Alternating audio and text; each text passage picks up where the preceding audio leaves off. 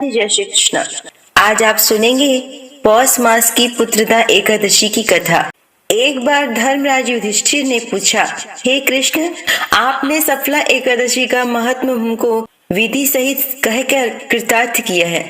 पौष मास के शुक्ल पक्ष की एकादशी के व्रत के बारे में भी आप अब समझाएं। कौन से देवता का पूजन उस दिन होता है तथा उसकी क्या विधि है। इस पर श्री कृष्ण ने कहा, हे राजन, पौष शुक्ल पक्ष एकादशी का नाम पुत्रदा है। इसका पूजन विधि से करना चाहिए। नारायण की पूजा इस व्रत में करनी चाहिए। इस संसार में पुत्रदा एकादशी के व्रत के समान अन्य कोई दूसरा व्रत नहीं है। मनुष्य इसके पुण्य से तपस्वी, विद्वान और लक्ष्मीवान होता है। मैं इसकी एक कथा कहता हूँ, सुनो। सुकेतुमान नाम का एक राजा भद्रावली नगरी में राज्य करता था। वह निसंतान था। उसकी स्त्री का नाम सव्या था। वह सदैव निसंतान होने के कारण चिंता में रहती थी। उस पुत्रहीन राजा के पितर रो रोकर पिंड लिया करते थे और सोचा करते थे कि इसके बाद हमें कौन पिंडदान देगा। राजा को भी बंधु बांधु, मित्र, मंत्री आदि, हाथी घोड़ा आदि से भी किंचित मात्र भी संतोष नहीं होता था। उसका एकमात्र कारण पुत्रहीन होना था। वह हमेशा विचार किया करता था कि मेरे मरने पर मुझे कौन पिंडदान देगा।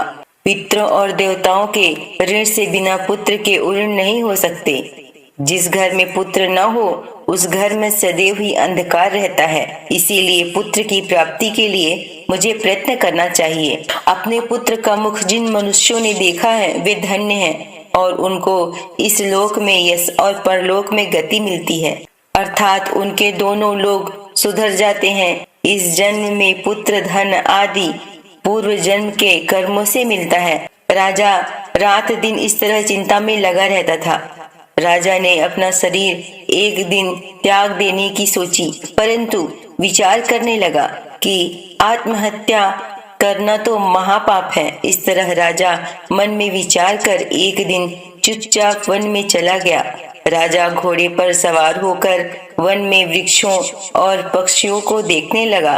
उसने वन में देखा कि मृग, बाघ, सुअर, सिंह, बंदर, सर्प आदि चारों तरफ भ्रमण कर रहे हैं। हाथी अपने बच्चों और हथिनियों के बीच घूम रहे हैं।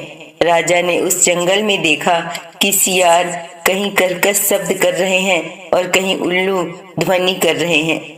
वन के दृश्यों को देखकर राजा सोच विचार में लग गया। उसके दोपहर सोच विचार में व्यतीत हो गए। राजा को अब भूख और प्यास लगने लगी। वो सोचने लगा कि अनेकों यज्ञ मैंने किए हैं और ब्राह्मण को मधुर भोजन कराया है, परंतु यह दुख मुझे फिर भी क्यों मिल रहा है। राजा प्यास के कारण अत्यंत बेचैन होने लगा और पानी की तलाश में आगे बढ़ा। उसे कुछ ही आगे जाने पर एक सरोवर मिला। उस सरोवर में कमल खिल रहे थे। उसी में सारस, हंस, मगरमच्छ आदि विहार कर रहे थे। मुनियों के आश्रम उस सरोवर के चारों ओर बने थे। राजा का दाहिना अंग उस समय फड़कने लगा। मन में प्रसन्न होकर राजा मुनियों को सरोवर के किनारे बैठे हुए देखा। देखकर घोड़े से उतरकर वह दंडवत प्रणाम करके उनके सम्मुख बैठ गया। राजा को देख मुनिवर बोले, हे राजन, तुमसे हम अत्यंत प्रसन्न हैं। तुम इस समय इस जगह कैसे आए हो, सो कहो। राजा ने इस पर उनसे कहा, हे मुनिवरों, आप कौन हैं और किस लिए यहाँ आए हैं, सो कहो। मुनि बोले, हे राजन, पुत्र की इच्छा करने वालों को उत्तम संतान देने वाली आज पुत्रदा एकादशी है। हम लोग विश्वदेव हैं और स्नान करने इस सरोवर पर आए हैं। इस पर राजा बोला, हे मुनिवर, मेरे भी कोई पुत्र नहीं है। यदि मुझ पर आप प्रसन्न हो, पुत्र का वरदान दीजिए। मुनि बोले, हे राजन, आज पुत्रदा एकादशी है। आप अवश्य इसका व्रत करें। भगवान की कृपा से आपको पुत्र अवश्य होगा। राजा ने उस दिन मुनि के वचनों के अनुसार एकादशी का व्रत किया और उसने द्वादशी का पारण किया। तब मुनियों को प्रणाम करके अपने महल को वापस चला गया। तत्पश्चात कुछ दिनों में रानी ने गर्भ धारण किया और 9 महीने के पश्चात एक उत्तम पुत्र रत्न उसके घर पैदा हुआ। आगे चलकर वह राजकुमार अत्यंत वीर, धनवान, यशस्वी और प्रजापालक हुआ। श्री कृष्ण भगवान बोले, हे राजन, पुत्रदा एकादशी का व्रत पुत्र को प्राप्त करने के लिए करना चाहिए। इसका महात्मा जो मनुष्य श्रवण करते हैं या पढ़ते हैं उनको स्वर्ग मिलता है।